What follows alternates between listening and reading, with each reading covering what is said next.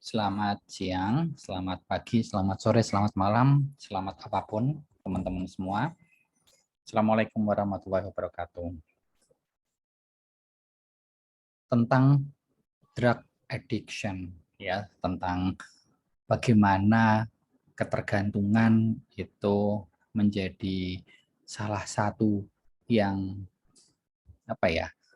perlu untuk dibicarakan, menjadi sebuah concern yang luar biasa di sekitar kita, menjadi sesuatu yang sangat diperhatikan karena begitu banyak di luar sana sosok-sosok yang berpengaruh dalam tanda kutipnya, yang kalau di sosial media itu dia centang biru, bahasanya adalah mereka sebagai influencer yang akhir-akhir ini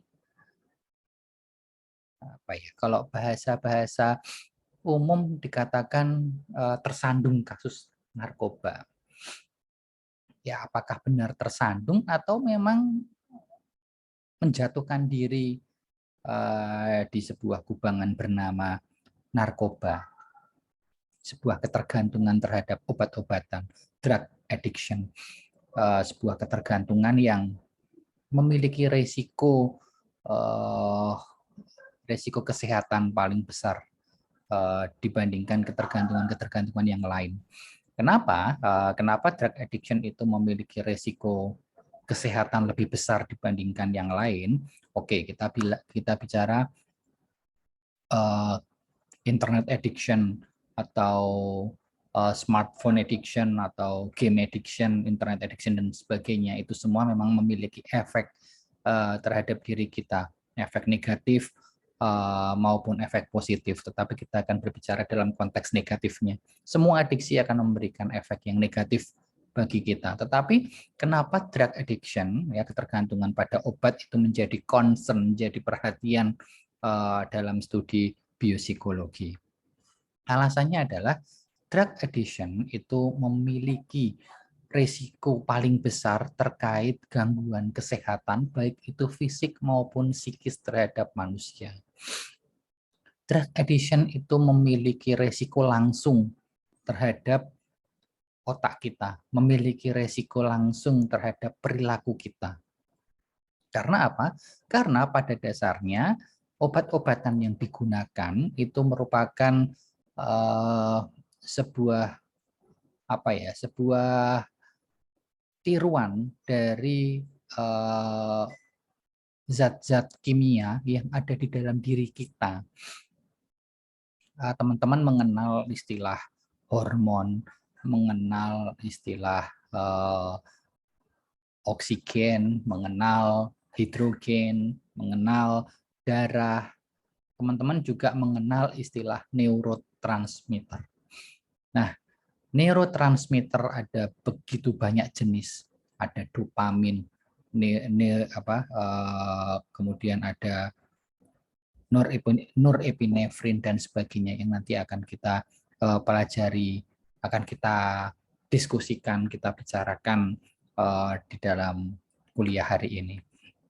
Nah, itu semua tubuh kita secara biologis itu sudah menghasilkan zat-zat itu semua dalam kadar yang seimbang.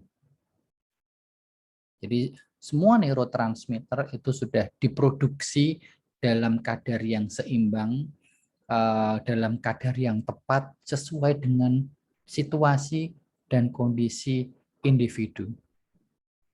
Kenapa kok dikatakan sesuai dengan situasi dan kondisi individu? Karena kita tidak membutuhkan neurotransmitter yang benar-benar seimbang. Misalnya dopamin 50, maka norepinefrinnya juga 50. Tidak seperti itu. Dalam situasi atau kondisi tertentu mungkin kita membutuhkan dopamin lebih banyak dibandingkan norepinefrin, atau sebaliknya norepinefrin yang lebih banyak dibandingkan dopamin. Nah, tubuh kita sudah mampu memproduksi zat-zat kimia itu tadi, neurotransmitter itu tadi dalam jumlah yang tepat sebenarnya. Namun, obat-obatan yang beredar di sana, beredar di luar sana, itu dapat memantik produksi yang berlebihan pada salah satu atau salah dua neurotransmitter. Sehingga apa? Sehingga keseimbangan produksinya menjadi tidak balance, tidak sesuai dengan situasi dan kondisi individu. Nah, sebelum kita membahas lebih lanjut, kita akan mempelajari dulu mengenai, kita akan membahas dulu mengenai adiksi. Secara global, secara umumnya di dunia ini, seluruh dunia, nggak cuma di Indonesia, nggak cuma di Amerika, nggak cuma di Eropa, Afrika, Australia, atau di Timur Tengah, di seluruh dunia ini ternyata adiksi yang paling besar, paling banyak itu adalah adiksi terkait nikotin. Ya, terkait sebuah zat yang ada di dalam kandungan rokok, banyak sekali di sana. Nikotin itu kalau di perbandingan di sini itu kalau nikotinnya 1000 ya, yang orang-orang yang memiliki ketergantungan terhadap nikotin itu sampai mendekati 1000, maka alkohol itu tidak nyampe 100, begitu juga dengan obat-obatan terlarang. Tidak nyampe 100. Ini perbandingan bahwa adiksi di dunia ini paling banyak adalah rokok. Kenapa seperti itu? Kenapa kok rokok yang paling banyak? Karena ya memang pengguna dari rokok ini begitu besarnya. Kita lihat di Indonesia sendiri ya, kita tahu orang terkaya di Indonesia itu adalah pemilik pabrik rokok. 10 besar orang terkaya di Indonesia itu didominasi oleh pengusaha-pengusaha rokok. Mulai dari Jarum, Gudang Garam, Sampurna, dan sebagainya. Mereka mendominasi 10 besar orang terkaya di Indonesia. Jadi, hal itu bisa kita asumsikan bahwa konsumsi rokok di Indonesia itu sedemikian besarnya, sampai bisa membuat para pengusaha rokok itu berdiri di puncak piramida kekayaan orang-orang kaya yang ada di Indonesia. Rokok yang dijual satu batangnya hanya 2.500 sampai 3.000 rupiah, satu batangnya, itu sangat affordable atau sangat terjangkau bagi orang-orang kelas apapun. Bahkan rokok dengan harga di bawah itu pun di Indonesia masih ada. Negara kita dianugerahi dengan kesuburan yang luar biasa, sehingga tembakau bisa ditanam dengan subur, dengan menghasilkan tembakau kualitas yang TOP, BGT, top banget ya. Sehingga produksi rokok di sini itu ada skala home industry. Kemudian pemerintah menerbitkan cukai untuk rencananya untuk membatasi jumlah produksi rokok itu tadi. Tetapi karena sekali lagi kita adalah negara yang begitu subur, tembakau ada begitu banyak, kualitasnya juga TOP BGT, banyak nih usaha-usaha rumahan yang dia juga memproduksi rokok dalam skala home industry. Otomatis harganya jauh di bawah harga-harga yang ada di pasaran. Rokok-rokok yang harganya terjangkau bagi orang-orang kelas menengah ke bawah. Sehingga konsumsi rokok menjadi hal yang luar biasa besar di negara kita. Kalau teman-teman jalan-jalan kemanapun gitu ya, ke kota besar, ke kota kecil gitu, kita akan melihat, oh ternyata konsumsi tembakau, kita berbicara tembakau dulu, konsumsi tembakau itu begitu besar di Indonesia. Teman-teman tahu bahwa tembakau itu tidak hanya untuk rokok, nikotinnya itu tidak kita peroleh dari rokok aja, tetapi ada aktivitas lain terkait dengan tembakau yang juga fungsinya itu untuk mendapatkan kenikmatan atau kenyamanan, yaitu nginang. Akhir-akhir ini memang orang nginang jarang kita lihat ya di sekitar kita. Tetapi kalau kita sedikit aja bergerak ke daerah Jawa Timur, di pedalaman, atau kita keluar Jawa, itu kita temukan masih banyak orang-orang yang nginang tembakau. Jadi tembakau itu dibikin digulung-gulung gitu, terus kemudian kayak kunyit gitu. Di pedalaman Kalimantan, Sulawesi, Papua, Sumatera itu masih banyak kita temui baik itu bapak-bapak, ibu-ibu yang nginang. Nah, keuntungan nginang itu adalah tidak ada polusi asap yang bisa berpengaruh terhadap orang-orang di sekitarnya. Jadi efek nikotinnya hanya murni bagi si penginang itu tadi. Berbeda dengan rokok, maka ada istilah perokok pasif ya. Rokok pasif karena dibakar ada asapnya, maka bisa terkonsumsi itu asapnya. Kalau istilah terkonsumsi mungkin nggak begitu cocok ya. Akan terhirup oleh orang-orang yang di sekitarnya, meskipun dia bukan seorang perokok. Nah, hal ini mau menunjukkan bahwa tingkat ketergantungan akibat nikotin itu ya, karena nikotin tidak hanya dari rokok, tapi juga dari poinnya ada di tembakaunya itu, dan tembakau itu juga dikonsumsi tidak hanya dalam bentuk rokok, tapi juga nginang itu tadi. Kita lihat dari skala Indonesia saja, ternyata memang banyak sekali itu orang yang mengkonsumsi nikotin, tembakau. Nah, kita melihat budaya merokok yang begitu kuat sebagai contoh ke daerah Jawa Timur. Di situ banyak sekali pondok pesantren. Dalam pondok pesantren itu biasanya ada dipimpin oleh para kiai. Dan kiai-kiai sepuh itu biasanya, kiai-kiai yang sudah tua, itu biasanya rokoknya kenceng. Sehingga hal itu bisa menjadi proses belajar. Kalau teman-teman belajar tentang psikologi belajar ya, kita bisa proses belajar itu bisa dilakukan secara visual, kemudian kita tiru. Mbah Kiai aja merokok, masa kita nggak ngerokok? Jadi banyakkan santri itu juga merokok karena ya itu tadi dia melihat Mbah Kiainya atau sosok yang sangat dihormatinya juga merokok, sehingga kebiasaan merokok itu juga luar biasa tinggi di lingkungan pesantren. Nah, saya tidak akan berbicara tentang perilaku merokoknya, tetapi kita berbicara tentang adiksi. Hal ini yang menyebabkan di sini di dalam diagram ini adiksi terhadap nikotin itu lebih tinggi dibandingkan adiksi terhadap alkohol maupun obat-obatan terlarang. Adiksi terhadap obat-obatan. Kita sekarang masuk ke drug addiction. Nikotin termasuk dalam drug ya, termasuk dalam zat-zat yang ilegal tadi. Di Indonesia masih, ini kita nggak berbicara secara hukum, kita berbicara secara biologis dulu. Bagi tubuh, nikotin pun juga dianggap ilegal. Karena sampai saat ini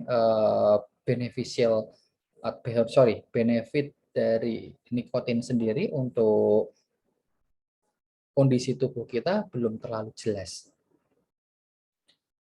Nikotin diasumsikan, dihipotesiskan ya, itu dengan kondisi rileks. Jadi seseorang yang biasanya merokok atau nginang itu akan rileks. Jadi aktivitas yang bisa menurunkan kecemasan, stres, ataupun bahkan gejala-gejala depresi. Nah, nikotin itu tadi ketika dibentuk dalam format rokok, maka dia akan masuk dalam secara dihisap. Jadi dihisap itu kan artinya lewat mulut ya, secara oral. Jadi zat-zat itu tadi masuk ke dalam tubuh itu ada beberapa cara. Salah satunya adalah secara oral. Kalau pil, ya kayak minum obat itulah ya, diminum kemudian pakai air. Atau dikunyah. Atau kalau di film-film itu biasanya bubuknya ditaruh terus kemudian dihirup ya, pakai lewat hidung, di inhalasi, jadi inhaler kayak pakai safe care gitu, kemudian dihirup, inhalasi, inhaler, atau suntik ya, injeksi melalui media suntikan. Dan yang terakhir adalah mucus membran absorption. Ini maksudnya apa? Maksudnya adalah zat-zat itu tadi bisa masuk ke dalam tubuh kita tanpa kita sengaja atau kita tidak sadar. Maksudnya gimana? Maksudnya adalah dia akan masuk melalui jaringan pori-pori kita. Jadi zat-zat itu tadi akhirnya bisa masuk nih ke dalam tubuh kita secara intensional, secara sengaja maupun unintentional, secara tidak sengaja. Secara cara apa detailnya secara oral, injeksi, inhalasi, sama yang terakhir itu melalui penyerapan yang zat-zat melalui absorpsi, jadi diserap dari membran tubuh kita, dari pori-pori dan sebagainya itu. Jadi dari sini kita perlu waspada ya ketika di sebuah lingkungan itu lingkungan ini ternyata mengandung serbuk-serbuk zat-zat terlarang gitu, kayak misalnya kalau kita nonton film-film gitu habis terjadi perang, jadi drugsnya itu mungkin bubuk-bubuk ya tersebar, nah itu bisa masuk ke dalam tubuh kita. Itu kita juga perlu waspada dengan situasi seperti itu, karena poinnya adalah obat-obatan terlarang tadi bisa kita masuk ke dalam tubuh kita melalui beberapa cara, secara intensional, secara sengaja, ataupun secara tidak sengaja. Bisa melalui oral, bisa melalui suntik, bisa melalui dihirup, atau bisa masuk melalui jaringan pori-pori kita. Nah, seperti yang tadi saya sampaikan, bahwa obat-obatan terlarang itu menjadi concern, menjadi perhatian utama dalam tentang adiksi, karena memiliki alur langsung, memiliki efek langsung ke otak kita. Jadi mekanisme penyebarannya seperti ini ya. Jadi pertama, ketika dia itu melebur ke dalam darah kita, ya seperti kita pelajari di tentang di materi mengenai aliran darah di seluruh tubuh kita akan belajar bahwa otak kita itu membutuhkan energi, dan energi itu juga dibawa oleh otak kita, dibawa oleh aliran darah kita. Hanya ada jenis-jenis tertentu, hanya ada zat-zat tertentu yang bisa menembus BBB, brain blood barrier. Jadi tidak semua zat itu kan bisa masuk nembus ke otak, yang ada di dalam darah akan disaring oleh BBB itu. Nah, zat-zat adiktif, nah di sini yang tercampur di dalam darah itu ada beberapa obat yang memiliki kemampuan untuk mereplikasi rumus kimianya sama dengan rumus kimia gula. Kenapa kok gula? Karena gula adalah salah satu zat yang ketika masuk tercampur di dalam darah itu diizinkan lewat oleh si BBB. Sehingga itu obat tadi akhirnya masuk ke otak kita. Dan kemudian nyebar deh semuanya di otak kita. Nah, zat-zat itu tadi, itu akan mempengaruhi aktivitas zat kimia yang ada di dalam diri kita. Sehingga zat-zat kimia atau neurotransmitter tadi akan diproduksi dalam jumlah yang tidak tepat sesuai dengan situasi dan kondisi si individu. Sebagai contoh, ketika malam hari, biasanya seseorang itu akan cenderung untuk low, ya. Karena memang orang butuh untuk istirahat di malam hari, sehingga kondisinya akan turun. Nah, itu ada neurotransmitter tertentu yang akan meningkat dan neurotransmitter yang lain akan menurun untuk mendukung itu tadi, kondisinya menjadi low, akhirnya seseorang itu akan tertidur istirahat sampai pagi. Nah, kalau minum drugs itu tadi misalnya di pagi hari itu ya, dan kebetulan zatnya itu menstimulus neurotransmitter yang tadi, sehingga di pagi hari malah dia muncul kondisinya low. Kalau di kondisi pagi hari atau siang hari orang itu kondisinya low, itu kan tidak berbeda dengan orang yang sakit depresi.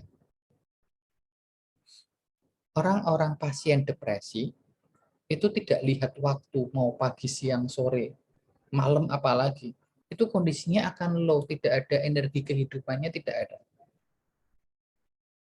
Nah, begitu juga dengan orang yang konsumsi obat yang mana obatnya itu menstimulus neurotransmitter terkait dengan kondisi depresi tadi. Maka di pagi hari dia kondisinya low, energi kehidupannya akan rendah. Jadi enggan untuk melakukan aktivitas apapun. Jadi kok teman-teman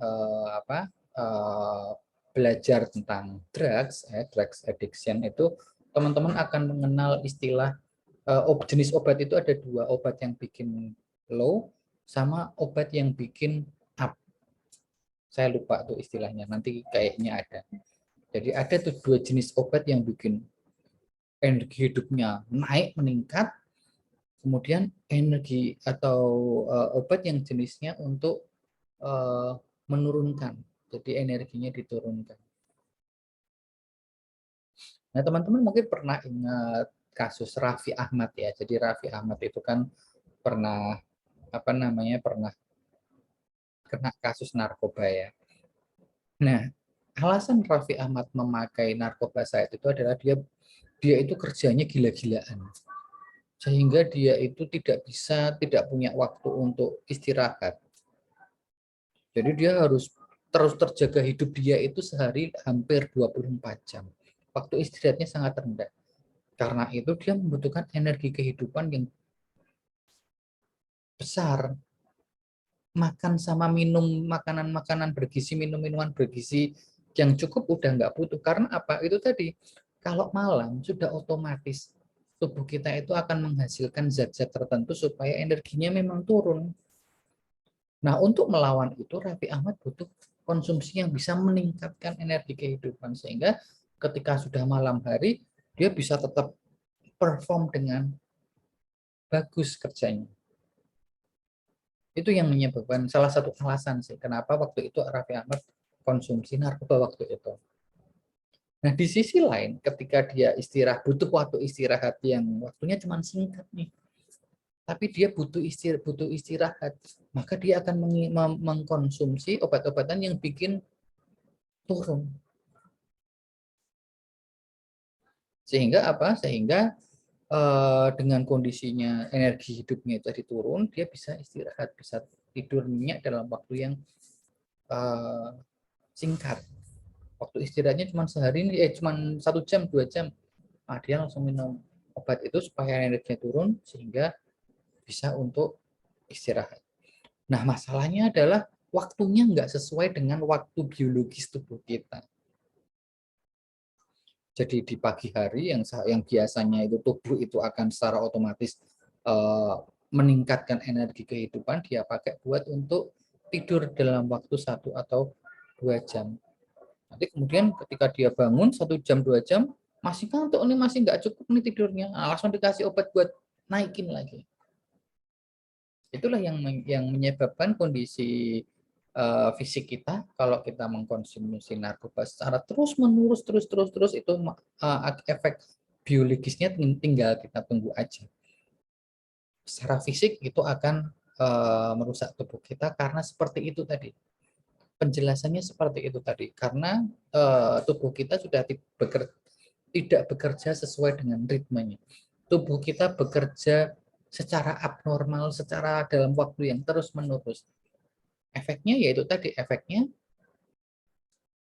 faktor keseimbangan tubuhnya akan rusak. Otaknya menjadi bermasalah. Zat-zat zat-zat kimia yang ada di otak itu menjadi kebalik-balik waktu produksinya, tidak sesuai dengan kebutuhan, tidak sesuai dengan jadwal biologis yang tepat. Sehingga itu tadi, biasanya pengguna narkoba itu nanti akan diikuti dengan gangguan-gangguan yang lain. Misalnya orang akan mengalami depresi, mengalami gangguan kecemasan, stres. Nah, itu karena itu tadi, karena neurotransmitter atau zat-zat kimia yang ada di otak itu sudah nggak karu-karuan kerjanya. Nah, ketika kondisi neurotransmitter itu tidak karu-karuan, itu kita tidak bisa memberikan nasihat atau advice apapun terhadap orang yang kondisinya lagi seperti itu.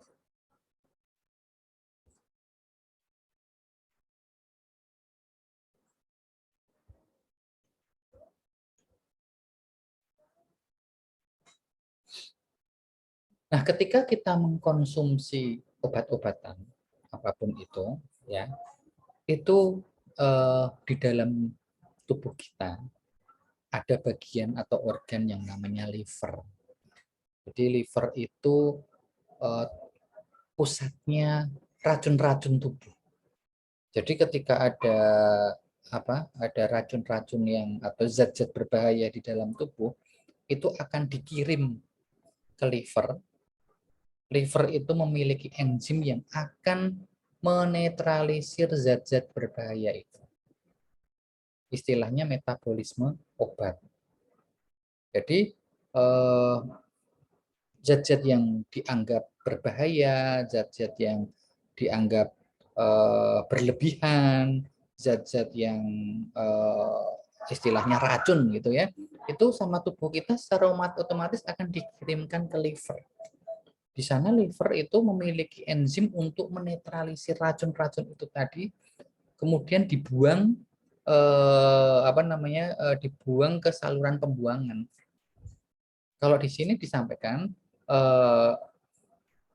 racun-racun tadi nggak akan nyampe ke otak kita karena udah kesaring, jadi zat-zat negatifnya itu udah dinetralisir sama liver itu tadi, sehingga ketika dibawa ke darah sampai ke BBB tadi tidak bisa sudah nggak ada di sana. Cuman permasalahannya orang yang mengalami drug adiksi terhadap obat-obatan akan mengonsumsi terus menerus ya, sehingga kapasitas livernya itu juga tidak sebanding dengan obat-obatan yang dimasukkan. Efeknya adalah livernya jebol, racunnya menyebar kemana-mana. Di sini disampaikan bahwa tidak semua jenis obat itu mampu dieliminasi oleh yang namanya liver. Teman-teman kalau periksa ke dokter, ya itu kan kalau ditanya obatnya itu pasti ada dosisnya ya. Misalnya, saya rutin minum obat untuk kebetulan saya punya tekanan darah tinggi, yang mana saya harus minum obat. Jadi saya menjalani terapi farmakologi, setiap hari saya minum obat dengan dosis yang sudah ditentukan, tidak boleh lebih, tidak boleh kurang, pada waktu yang sudah ditentukan. Nah, cuman permasalahannya orang-orang yang mengalami drug adiksi itu tadi, dia mengkonsumsi obat itu, pertama obatnya sudah dilarang, nggak boleh dikonsumsi, tetapi tetap dia konsumsi. Yang kedua, dia konsumsinya nggak jelas, dosisnya nggak jelas, nggak mungkin dia itu minum pil ekstasi gitu separuh aja sesuai dengan resep dokter. Tidak ada, dia akan ngasal aja itu separuh aja, hemat, alasnya biar hemat. Tetapi dosisnya ini dosis yang berlebihan bagi dia, wong tubuhnya tidak membutuhkan kok. Jadi ketika tubuh tidak membutuhkan dan kemudian dimasukin obat, itu artinya dosisnya berlebihan, wong kita nggak butuh kok. Begitu juga kita minum paracetamol aja. Paracetamol aja, kita minum paracetamol, tetapi kita nggak butuh paracetamol sebenarnya. Ya itu tetap namanya dosisnya berlebihan. Wong kita nggak butuh. Butuhnya 0, dikasih setengah, yaitu namanya tetap berlebihan dosisnya. Nah, dosis yang berlebihan ini tidak semuanya bisa termetabolisme dengan tepat. Jadi tetap nyampur dengan darah, kekirim sampai BBB, BBB juga kewalahan, ditambah lagi dia nempel dengan gula, dia bisa mereplikasi rumus kimianya, akhirnya bisa tembus masuk ke otak, nyebar di sistem syaraf pusat kita. Dan efeknya ya kerusakan otak.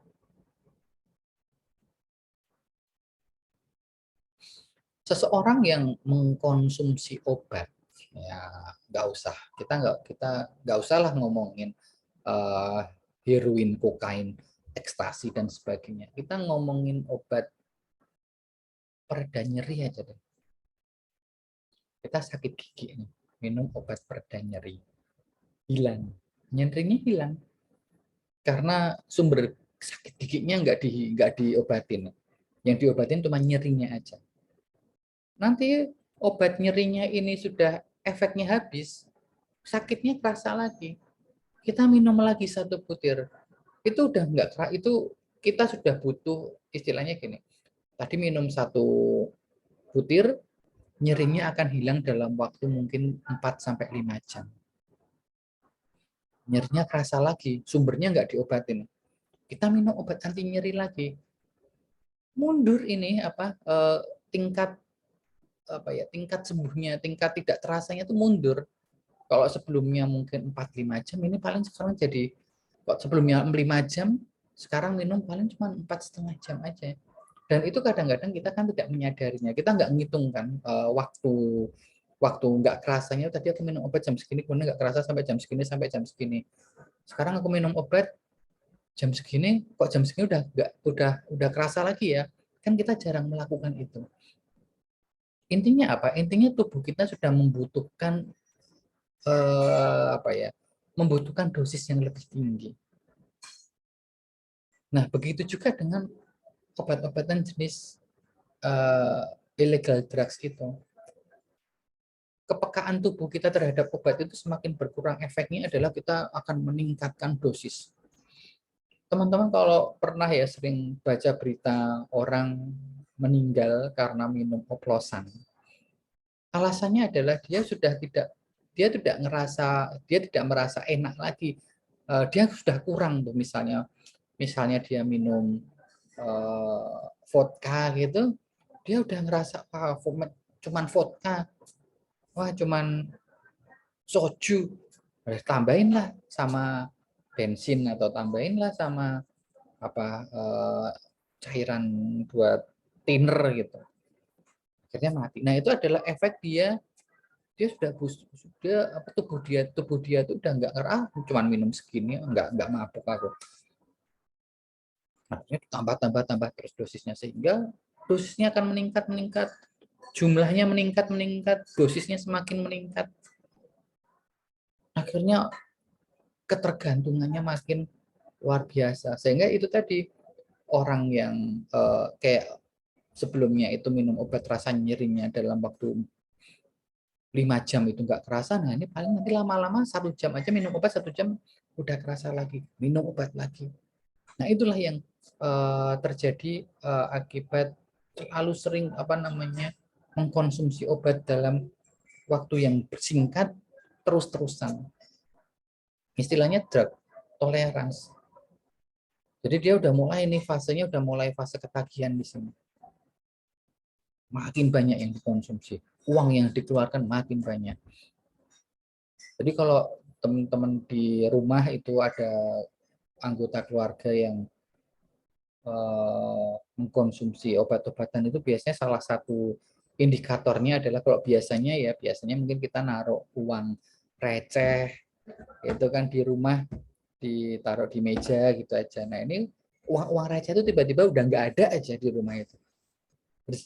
Kita udah susah lagi nemuin uang receh di rumah kita. Nah, itu bisa jadi tuh kemungkinan di sekitar kita, di anggota keluarga kita ada yang mengkonsumsi obat-obatan itu tadi.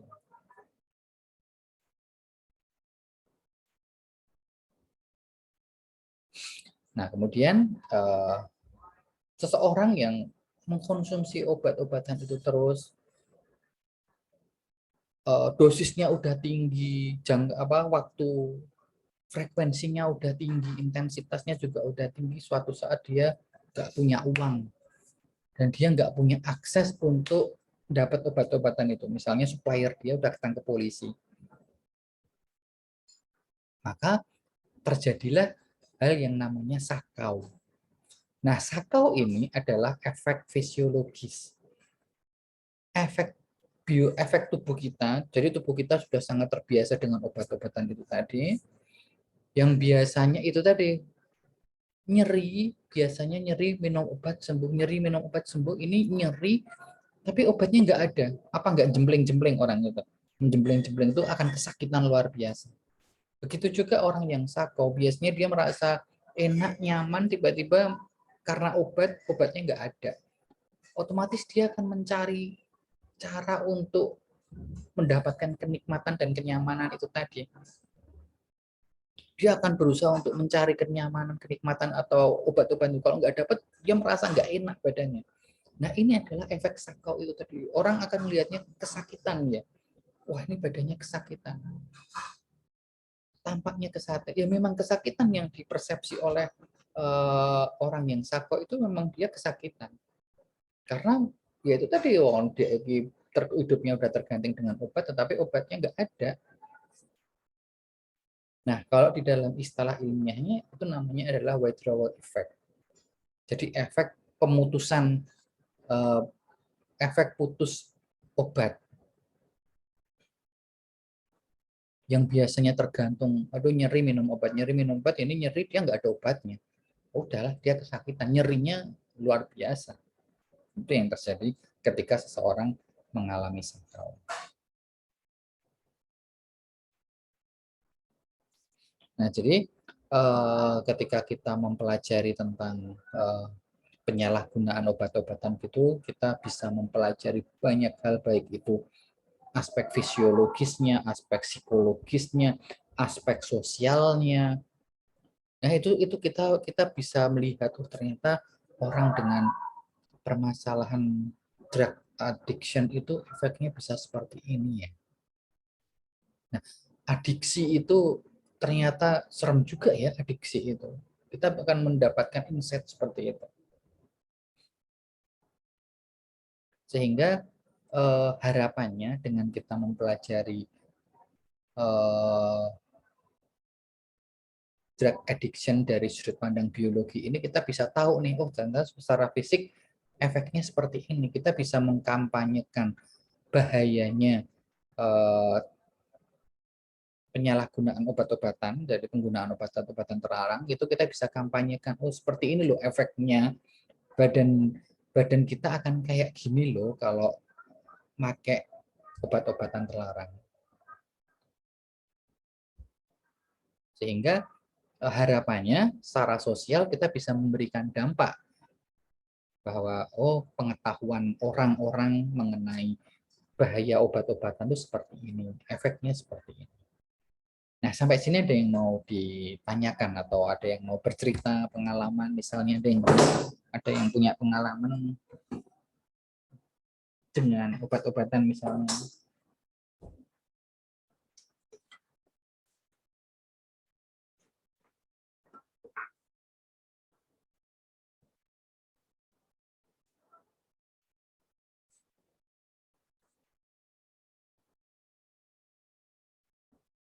Nah, terus orang yang sudah tergantung berat, orang yang udah nyampe sakau gitu, gimana ya cara berhenti menggunakannya?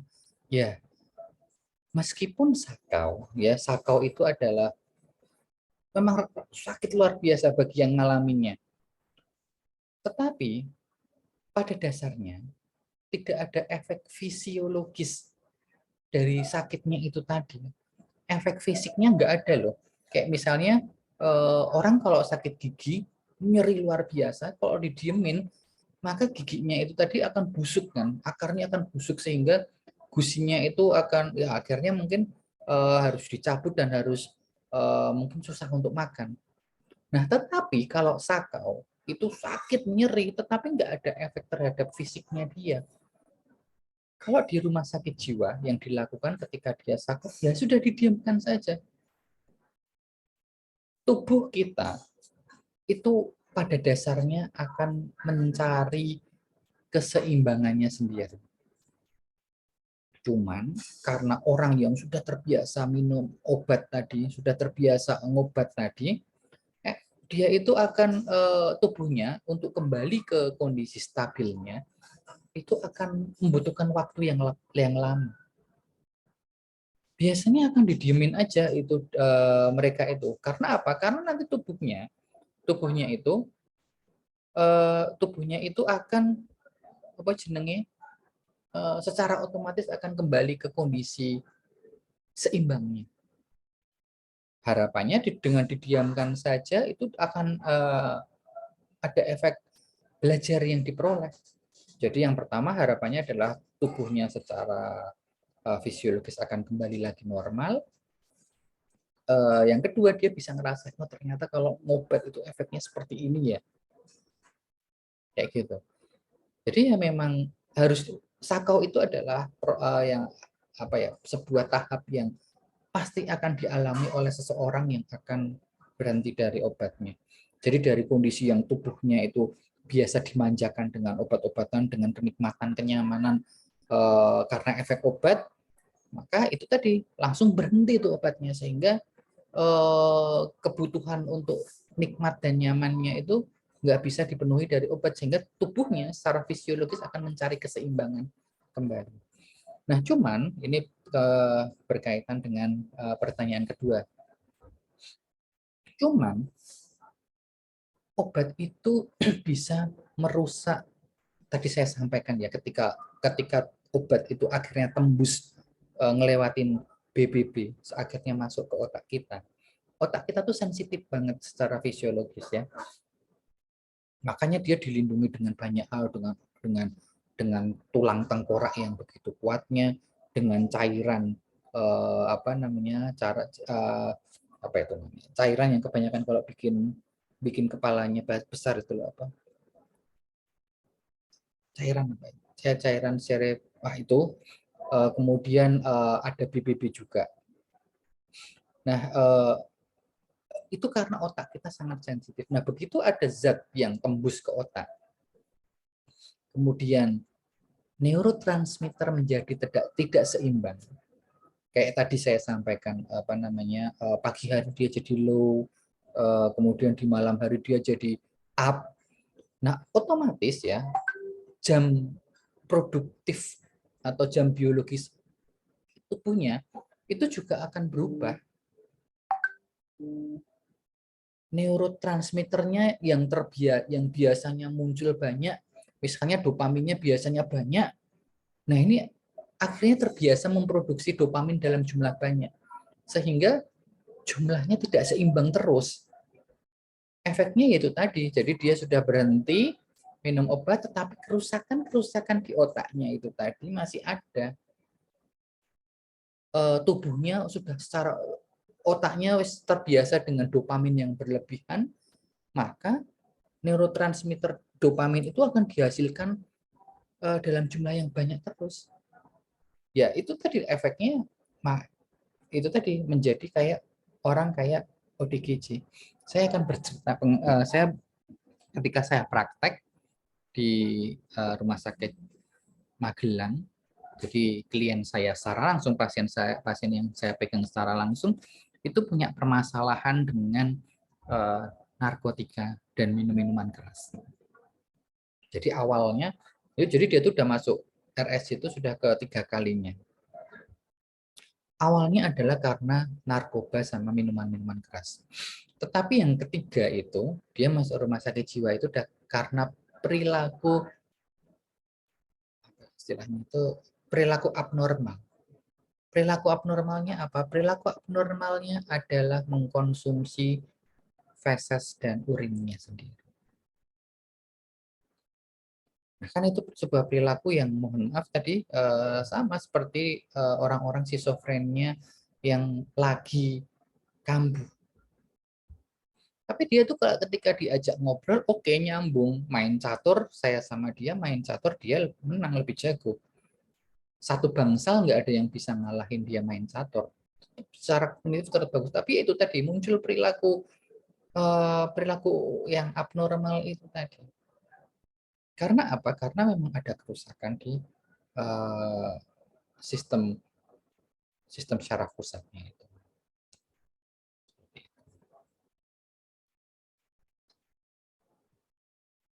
Nah, ini kemudian jenis-jenis obat-obatan yang banyak digunakan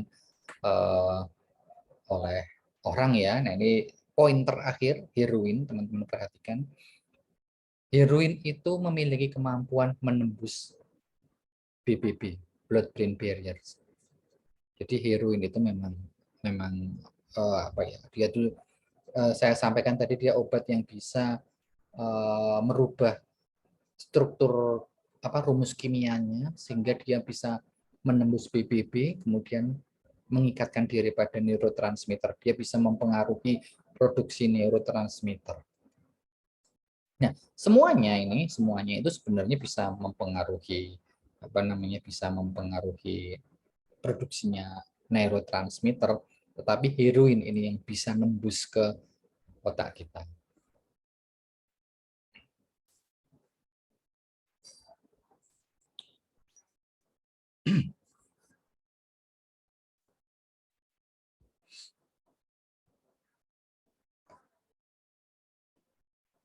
Nah, adiksi atau ketergantungan itu merupakan sebuah lingkaran setan.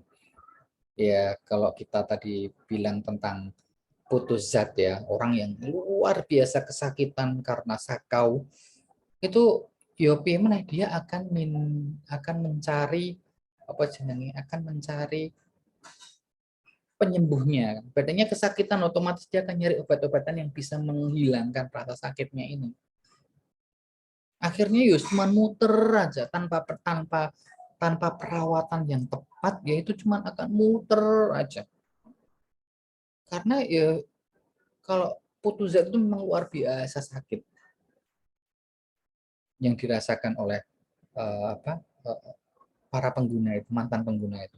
Jadi kalau di rumah sakit jiwa untuk orang-orang sakau itu ada bangsalnya sendiri, ada ruangan sendiri, ruangan yang dia tertutup, tetapi ruangan itu di sana tidak ada benda-benda berbahayanya dan harus diawasi. Karena apa? Karena orang-orang itu saking sakitnya bisa kok untuk sakit banget gak kuat, akhirnya dia membunuh dirinya sendiri.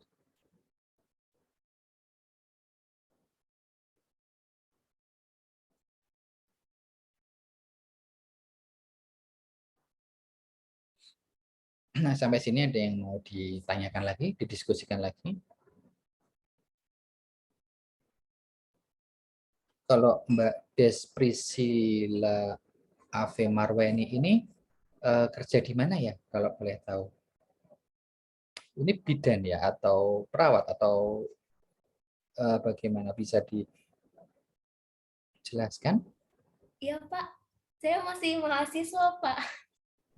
Ini kok bilang di tempat saya itu ada. Oh, itu iya Pak, memang ada Pak. Jadi ibu-ibu itu memang udah terkenal di kota saya Pak, gara-gara mengkonsumsi obat gitu. Jadi dia kayak ODGJ gitu Pak, sering jalan di jalan gitu.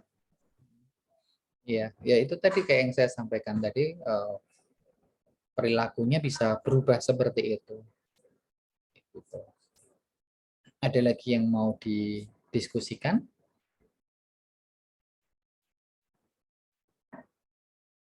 Oke, kalau tidak, ini ada beberapa neurotransmitter yang bisa kita kenali.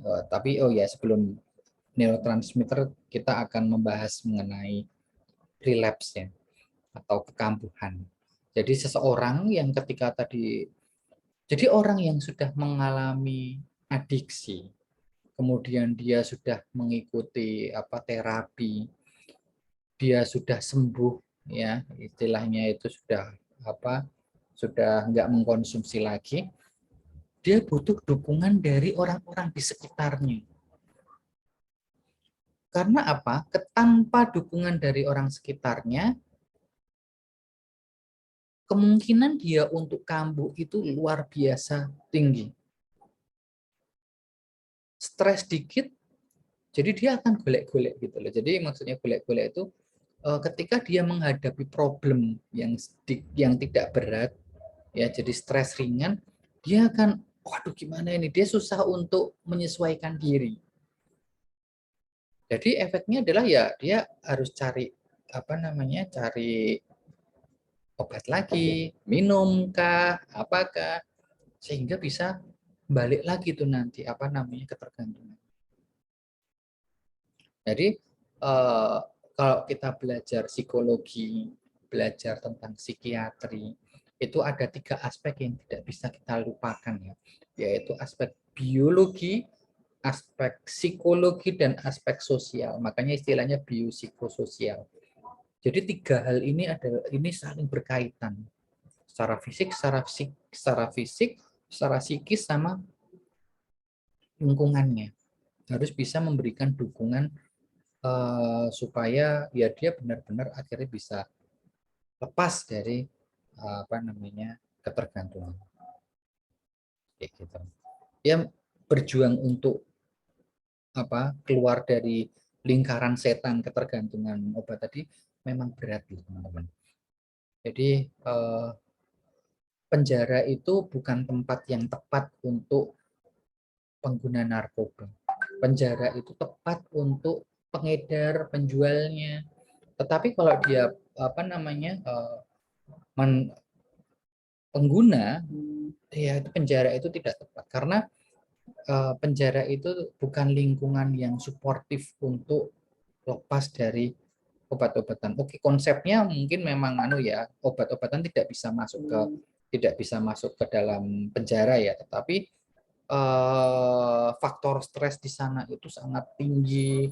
Terus kemudian kita bertemu dengan orang-orang dengan latar belakang yang ya kalau di penjara kan latar belakangnya biasanya tindak pidana atau kriminal gitu ya. Jadi biasanya kalau pencuri masuk di penjara itu keluar menjadi pencuri yang lebih pintar.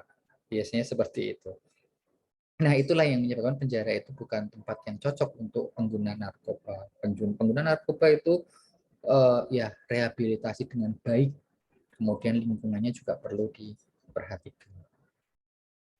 Nah, dopamin itu neurotransmitter yang disebut juga sebagai pusat kesenangan. Nah, biasanya orang-orang kalau lagi stres tuh maka dopaminnya pengen dinaikin supaya apa? Supaya dia merasa apa ya? Energi kehidupannya itu tinggi. Jadi rasa happy, bawaannya happy. Makanya orang-orang salah satu jenis obat yang cukup populer dan cukup apa ya penjualannya tinggi itu adalah obat-obat yang bisa menstimulus dopamin ini. Kemudian ada mesotelensefalik. Nah ini yang perlu diperhatiin ya. Ketika dopamin di dalam tubuh kita itu berlebihan, ya. Jadi kalau kita itu lagi overthinking gitu ya, nah itu bisa jadi dipengaruhi karena dopaminnya kebanyakan. Terus kemudian ketika overacting, ya, jadi apa namanya kayak energinya nggak habis-habis, ya, itu kebanyakan dopamin. Jadi kemudian kalau teman-teman itu kenal dengan istilah gangguan bipolar ya, ketika bipolar kan ada posisi lagi manik, ada posisi yang lagi depresi. Nah, ketika dia lagi manik itu dopaminnya kelebihan. Kalau dopaminnya kekurangan, kurang dopamin, nah itu biasanya orang-orang depresi. Nah, ini tentang dopamin. Nah, tidak semua pengguna itu akan gagal hidupnya. Nah, di sini banyak sekali contoh-contoh orang-orang hebat di masa lalu yang ternyata dia itu juga pengguna. Contohnya di sini Freud. Jadi Freud itu karena dia itu kan basicnya dokter ya, dia itu basicnya psikiater, maka akses untuk mendapatkan obat-obatan itu cukup mudah, maka ya dan dia tahu efeknya, oh ini kalau aku konsumsi dalam dosis seperti ini bisa menyebabkan aku lebih enak dan nyaman, maka dia menjadi pengguna kokain. Kemudian dia juga perokok berat. Cuman yang perlu digarisbawahi dia meninggal di usia 81 tahun. Untuk tahun segitu usia 81 tahun itu termasuk usia harapan yang tinggi. Jadi bisa kok dia pulih. Kita misalnya pengguna itu bisa kok pulih dan kemudian menjadi seseorang yang luar biasa. Oke, oke, itu penjelasan singkat dari saya mengenai adiksi. Untuk hari ini mungkin segini aja kita ngobrol-ngobrolnya.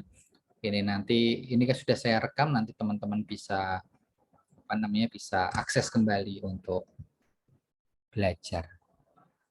Oke, saya akhiri untuk hari ini. Selamat siang. Assalamualaikum warahmatullahi wabarakatuh.